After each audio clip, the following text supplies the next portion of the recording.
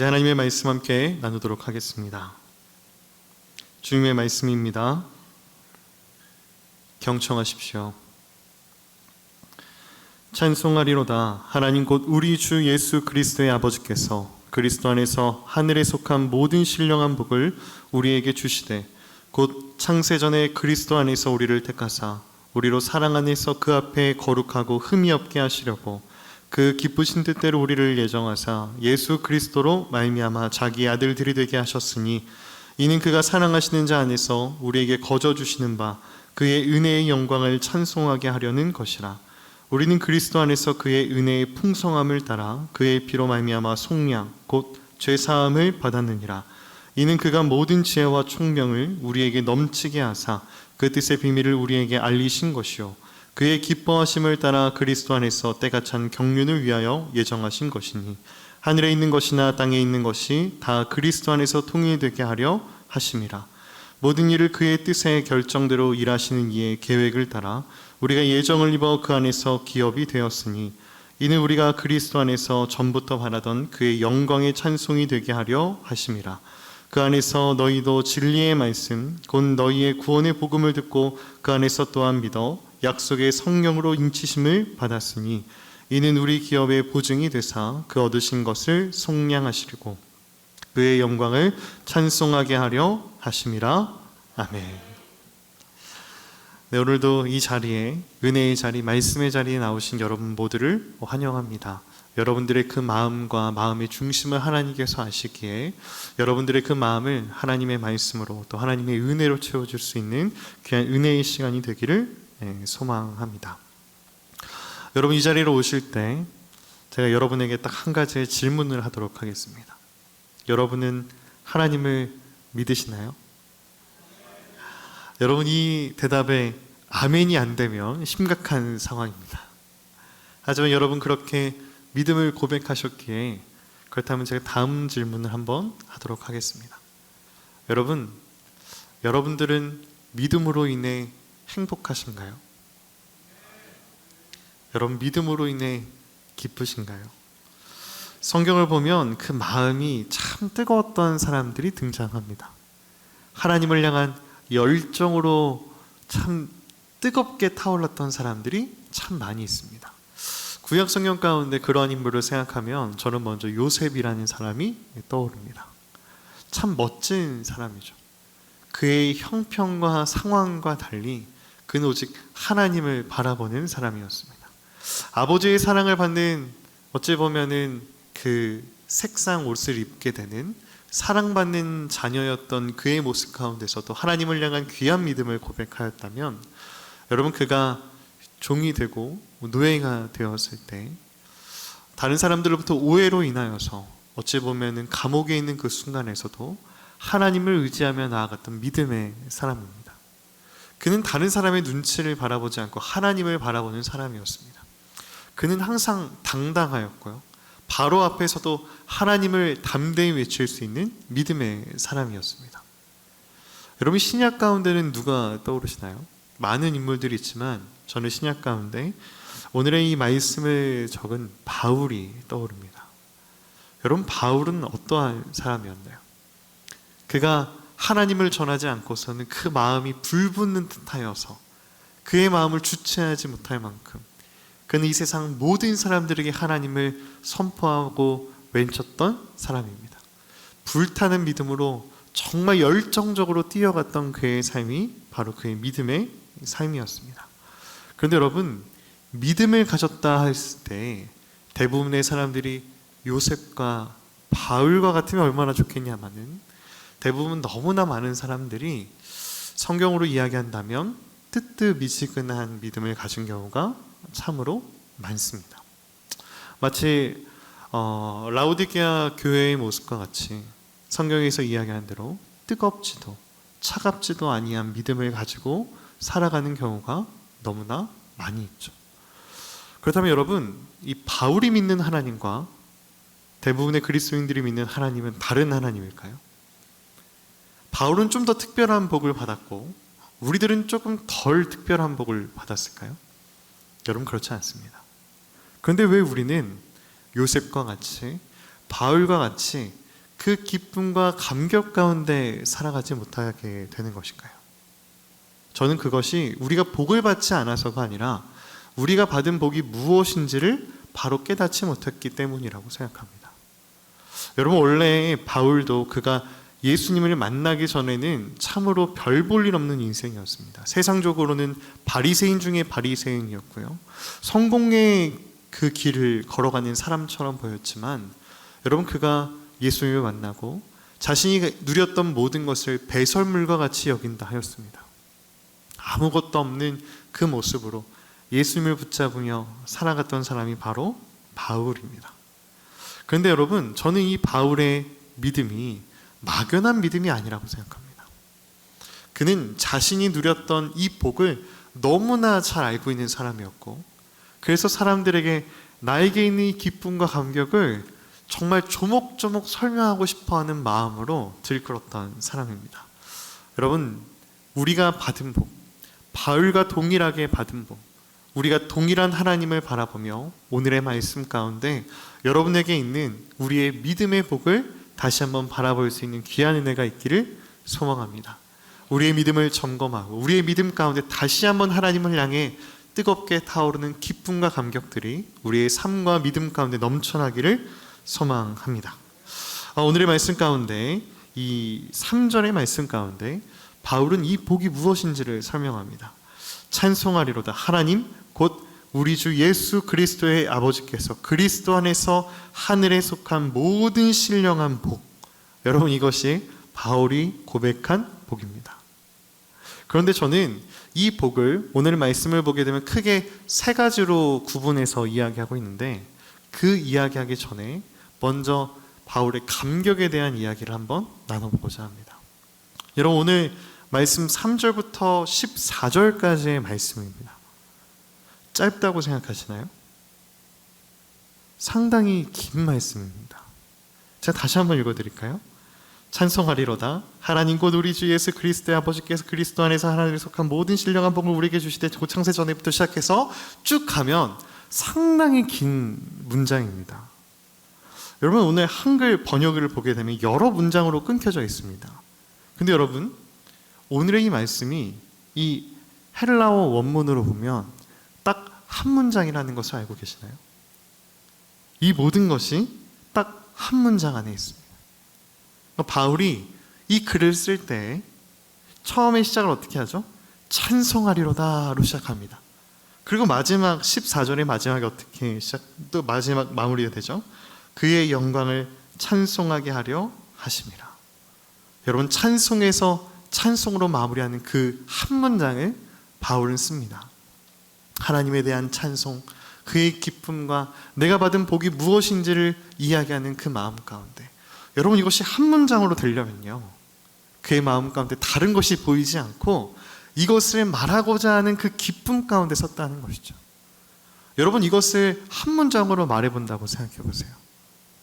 마치 말을 쉬지 않고 끊임없이 이것을 누군가에게 이야기하고자 하는 그의 감격과 기쁨 가운데 쓴 오늘의 한 문장이다라는 것입니다.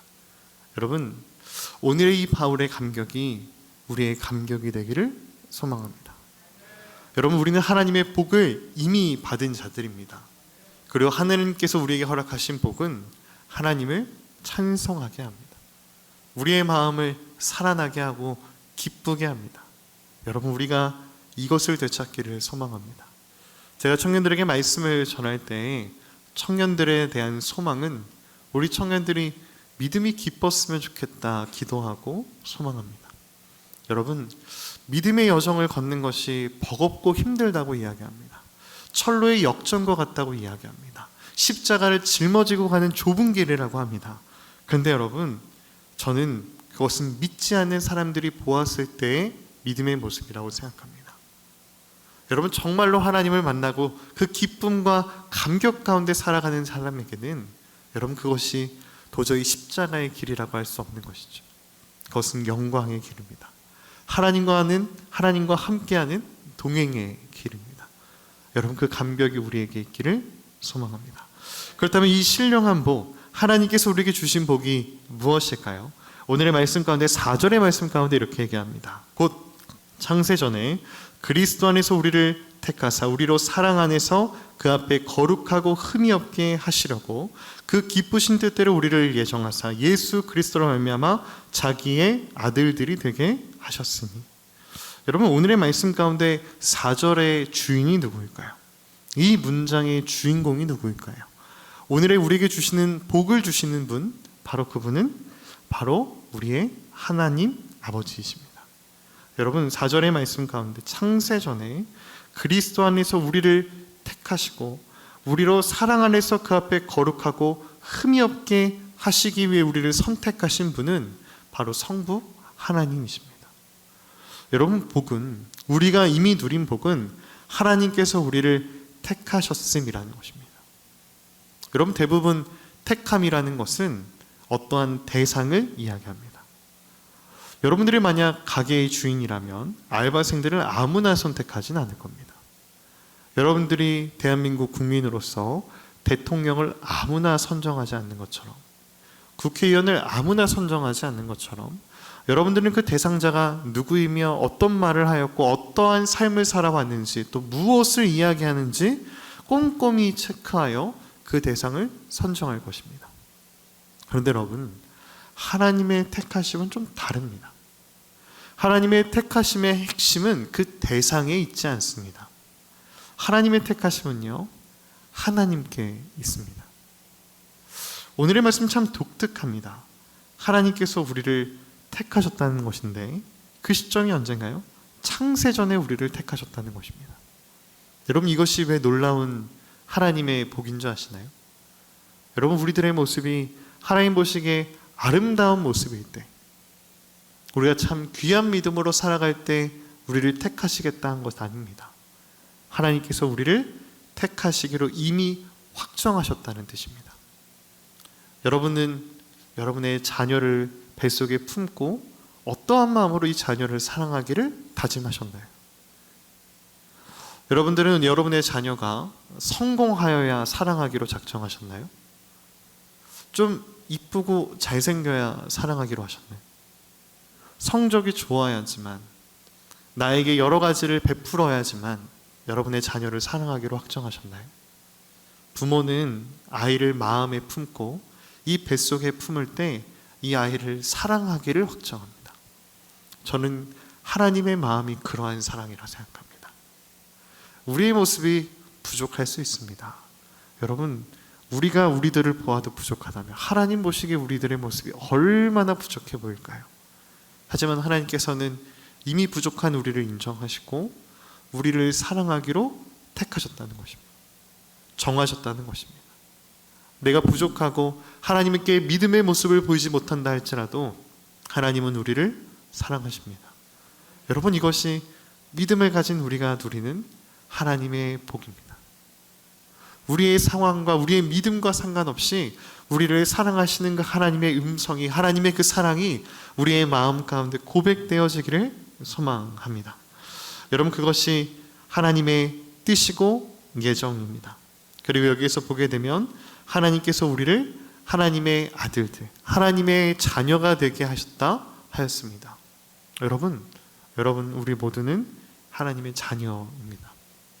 많은 사람들은 오늘 나의 모습을 자꾸 봅니다.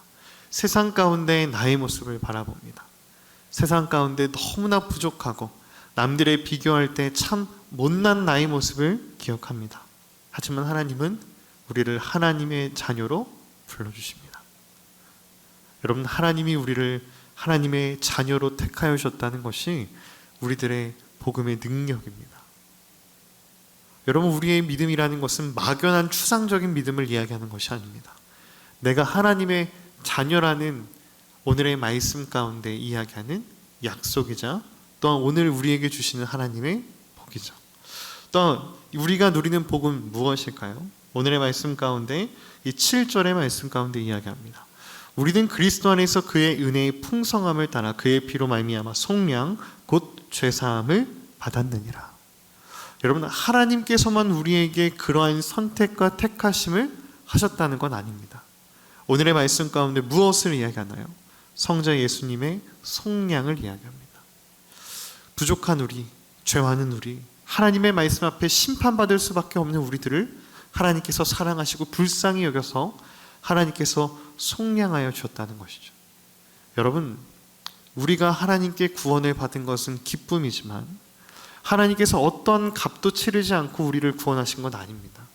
하나님의 가장 소중한 것을 내어주셨고 예수님은 그 걸음을 통하여 자신의 삶과 자신의 피 흘림으로 우리를 사랑하여 주셨습니다. 여러분, 그것이 우리가 깨달을 수 없는, 우리가 상상할 수 없는 하나님의 복입니다. 그리고 그것을 9절 말씀 가운데 이야기하듯이 그 뜻의 비밀을 우리에게 알리신 것이요 라고 이야기합니다. 여러분, 하나님께서 그리고 그것을 우리에게 알려주셨다는 것입니다. 내가 너희를 얼마나 사랑하는지, 어떻게 사랑하는지 우리에게 보여주셨다는 것입니다. 여러분, 이제 예수님의 사랑은 비밀이 아닙니다. 이미 우리에게 전해진 하나님의 사랑입니다. 그런데 그것이 너무 크기에 우리가 그것을 믿을 수 없다는 것이 문제입니다. 여러분, 우리가 하나님의 사랑받을 만한 자격이 없다고 여겨질 때 우리는 하나님의 사랑을 의심할 수 있습니다. 나의 참 부족한 모습 볼 때 뭘 보고 나를 사랑하나 생각할 수 있습니다. 그런데 여러분, 오늘의 말씀 가운데 무엇을 이야기하나요? 13절의 말씀입니다. 그 안에서 너희도 진리의 말씀 곧 너희의 구원의 복음을 듣고 그 안에서 또한 믿어 약속의 성령으로 인치심을 받았으니 이는 우리 기업의 보증이 되사 그 얻으신 것을 속량하시고 그의 영광을 찬송하게 하려 하심이라. 여러분, 또한 여기에 누가 등장하시나요? 바로 성령 하나님께서 등장하십니다. 성령 하나님께서 우리에게 인치셨다 이야기합니다. 여러분, 우리들의 믿음이 우리들의 기분과 우리들의 믿음에 있는 것이 아니라 하나님께서 계획하셨고 하나님께서 이루셨으며 또한 성령 하나님께서 그것들을 확증하여 주었음을 이야기하는 것입니다. 여러분, 바울은 그리하여 그의 마음 가운데 두려움이 없어졌습니다. 하나님이 나를 사랑하는구나, 하나님이 나와 함께 하시는구나, 나를 하나님의 사랑으로부터 어떤 것도 끊을 수 없다는 그의 확신이 그를 살아나게 한 것이죠. 그를 로마의 군인도 두려워하지 않게 하였습니다. 죽음도 그를 무섭게 하지 못하였습니다. 그는 어떠한 상황에서도 하나님을 바라보았습니다. 여러분, 이 믿음이 우리에게 있습니까? 여러분, 이 믿음이 정말로 믿어지시나요? 여러분, 이 복음은 다른 누군가에게 주어진 하나님의 말씀과 복음이 아니라 오늘 나에게 주어진 하나님의 복음입니다. 여러분, 복음은 남의 것이 아니라 나의 것입니다. 하나님께서 우리에게 성경을 허락하신 이유는, 하나님께서 우리에게 복음을 허락하신 이유는 나를 사랑하셔서 그 복음의 능력을 알게 하기 위함입니다. 여러분, 많은 사람들이 이렇게 얘기합니다. 우리에게 믿음을 주신 이유는 하나님께 영광을 돌리기 위하여서. 여러분, 근데 사실 말씀을 보면 하나님께 영광을 올려드린 것은 맞지만 핵심은 하나님의 영광이 아닙니다. 오늘 말씀에서 이야기하는 것처럼 우리를 기쁘게 하기 위해서, 하나님의 기쁘신 뜻입니다. 우리를 굳건히 세우기 위해서, 우리를 하나님의 자녀로 부르기 위해서 하나님께서 우리에게 주신 것입니다. 하나님의 영광을 위해서 우리에게 자선, 어떤 마음을 베풀어 주시고 사랑을 베풀어 주신 것이 아니라 여러분들을 사랑하시어 여러분을 위해서 주신 것입니다. 하나님께서 영광을 받으시는 것은 자연스러운 우리의 기쁨과 감격으로 이루어지는 것이죠. 하나님은 여러분들을 필요해서 부르신 것이 아닙니다.